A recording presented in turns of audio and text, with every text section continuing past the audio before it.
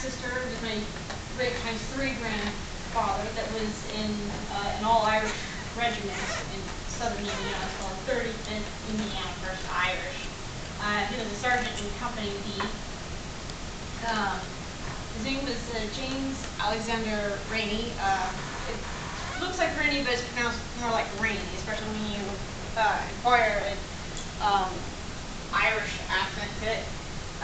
This is the regimental flag that they actually used, and there's a really interesting story about that that I'll talk about later.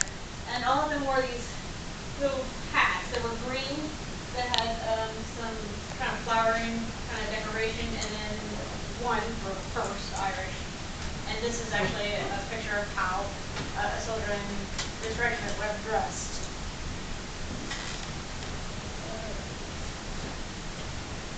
To talk a little bit about my ancestor. He was born in County Armagh, Ireland, in Northern Ireland.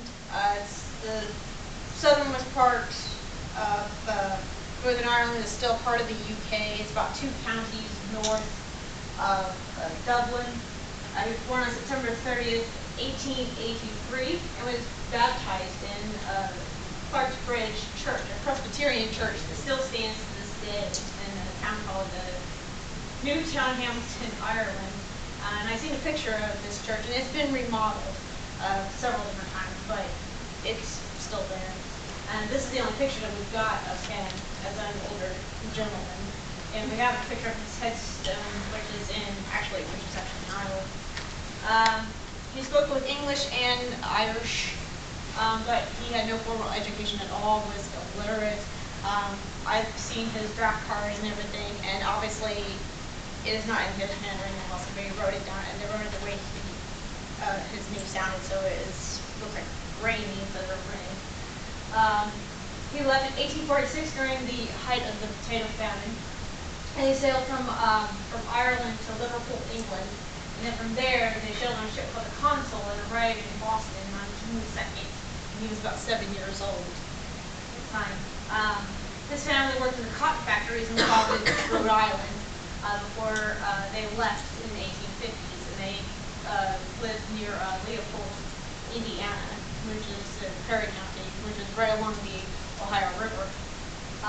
He listed as a sergeant in the 35th Indiana Company B on September 8, 1861. His brothers Thomas and William also served. There's actually a picture on the website of his brother William. He was in 4 major battles in the Civil War, mostly in Tennessee and northern area. He mustered out in November 5th, 1864. It's rumored that he was in the family that he was wounded, but I haven't found anything that suggests what his injury was, per se. After the war, he married, and he had 7 children. And his first wife, he had 3 children with the first wife, and his second wife was about half his age. And it gives the accent. The charmer, probably. Yeah, he moved to Marion County, southern Illinois, in the early 1870s. I have so many family that has lived in Marion County since before the Civil War, clear up to the 1960s. So, and where is Marion? Marion County, it's down by Centralia and that area. Yeah. There he farmed his own land, and he farmed it until old age, and eventually lost his eyesight, and he then had to live with his adult son in Shenandoah, Iowa, where he died. He died there in 1923, and he died the very same year that my grandmother was actually born. That tell you a little bit about him. Just like you were saying earlier with your pension record for your ancestor, you were talking about my ancestor had a pension record as well, and it described what he looked like, and he was 5'8", had gray hair, dark hair, and so interesting there. Now a little bit of background about the Irish in America. The first Irish, at least his whole families were in groups, started coming to America as early as the mid-17th century. I wouldn't be surprised if we find an Irish-born sailor that came to America as early as the 1620s. I wouldn't be surprised. Especially from Northern Ireland. Especially they're Northern Ireland. Colonial in the, yeah, they're coming. Oh yeah. And from the 1700s to about 1820s, maybe 500,000 Irish would immigrate to America. They made up 30% of the European immigrants that were coming over. The largest were in the 1740s, and then later in the 1790s. There was also a famine that happened in the 1728-29, kind of a regional famine that brought a lot of them over too. Most of these Irish came from an area known as Ulster, which is Northern Ireland. And most of them were Presbyterian Quaker, and I have more Irish ancestry in me, and they were Presbyterian Quaker, which is why they left and they settled in Pennsylvania. They tended to go from Scotland to Northern Ireland, and then, Yeah, actually they went straight from Ireland. most of you are too young to remember all the conflict with Northern Ireland, because there's a Catholic majority and a Protestant. Yeah, and with all the Irish, I mean, not one is Catholic. Not one.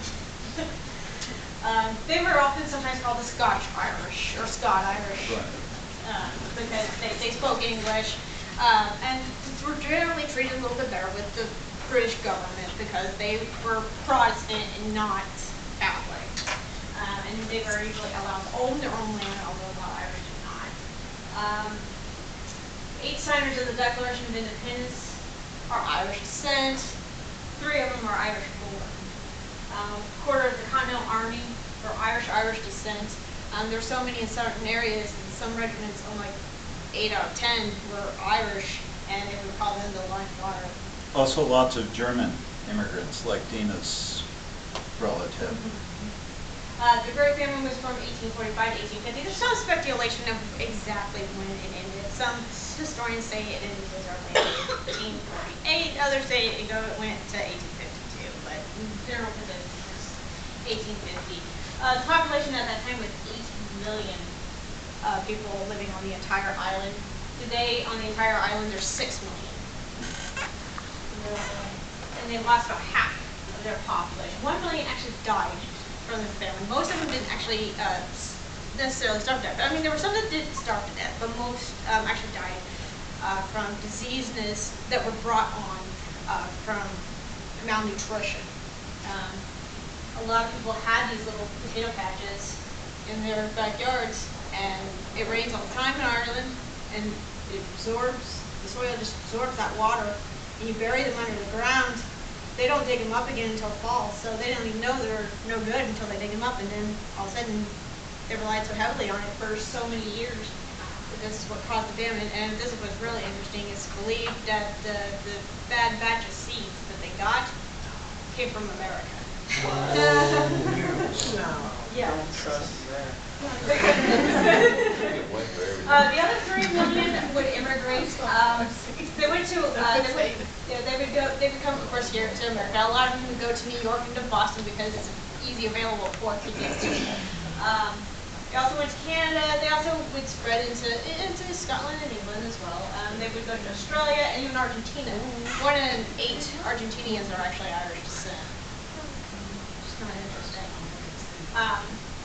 But you can kind of see why we go to Argentina because of the Catholic population. So the Irish were not warmly received at all. There was a lot of, they were met with great suspicion and racism. They were considered really the lowest of the low. There would be businesses that would have a sign on the door that says "No Irish need apply." Especially the Catholics who come later. Especially Catholic Irish, yeah. So Catholic Irish. A lot of the Irish that were coming, they were poor, they had nothing but literally the clothes on their backs, and had no skills, no education.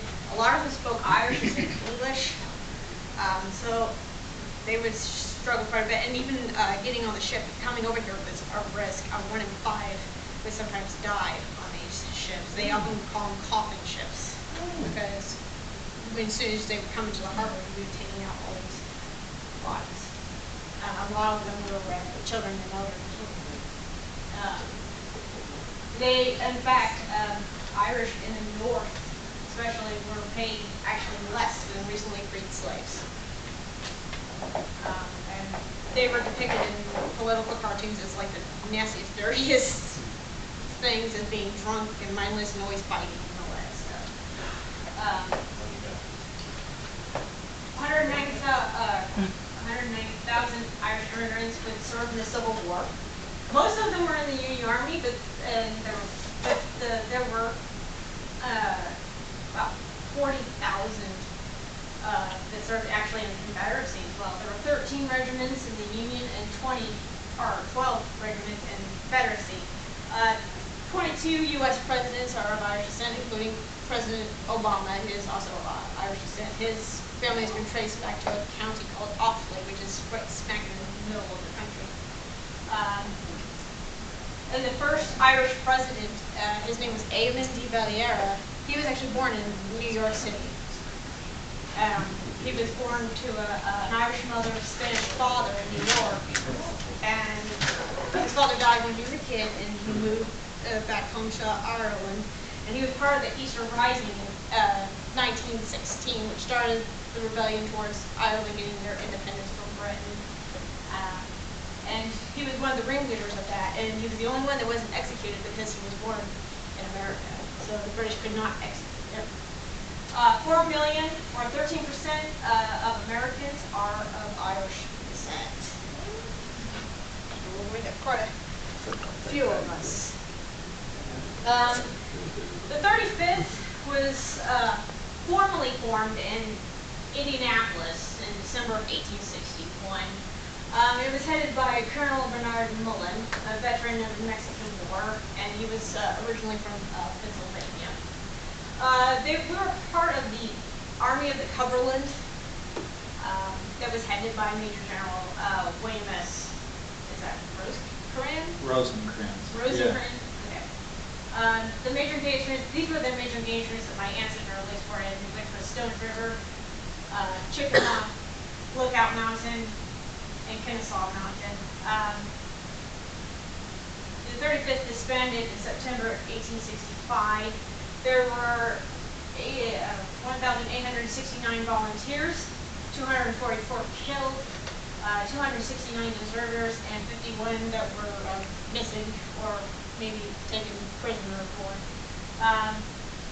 My ancestor mustered out on November 5th, 1864 in Pulaski, Tennessee. And then I'll talk a little bit about the battles that was in. The battle at Stones River in Tennessee was on December 31st, 1862, and lasted into January 3rd, 1863. This was close combat, hand-to-hand combat right along the banks of the river. The night of the 1st, they saw some skirmishes in the woods nearby, and they had some pretty heavy fighting on the 2nd. They then advanced on the enemy and being heavily volleyed upon, and artillery fire for about 45 minutes, and they didn't lose a single man. Although 9 men was later killed in accompanying me from that battle, but he wasn't killed right out on the battlefield. He died from his wounds. Then there was a battle at Chickamauga, Tennessee. It was September 19th, 20th, 1863. They were forced to fall back, and when they did, they got lost in the woods. During the march, though, going west of Kelly Field, they then counter-attacked and was able to be victorious, and they lost 5 men in that one. So this is probably one of the greatest stories I've learned about these battles is Lookout Mountain. They stormed the mountain in December 1863. This was part of the battle at Chattanooga. General Whittaker. They're surrounded by the Confederates. Yeah. He ordered the regiment to storm the enemy's works on the mountain. The mountain, of course, is extremely rugged. It had steep chasms, and it was also very heavily wooded. I looked at kind of an aerial shot of today of what that looks like, and it's like, it's up in the tree, you can't see it. So your ancestor was that Lookout Mountain? Wow. Yeah. Okay. Yeah. He was that mountain because he is on the muster roll for that. despite after volley, they just kept reaching up the mountain, and they were one of the first ones to get up to the mountain, and they planted their regimental flag that I showed you earlier. They were able to plant that there on top of that mountain at the end of the battle, and 168 of them were killed in this battle alone. But it was a great victory, and I feel really, really proud to know that my ancestor endured that and was able to survive that and see, you know, his regimental flag being planted on top of that mountain. That's quite something. And then he was also in the Battle of Kennesaw Mountain in Georgia on June 27, 1864. They were on the front lines, and it was mostly hand-to-hand combat. And then they were assisted by another regiment. I tried to find out what that other regiment was, find out what it was, and they helped drive the enemy back, and 11 were killed in that action.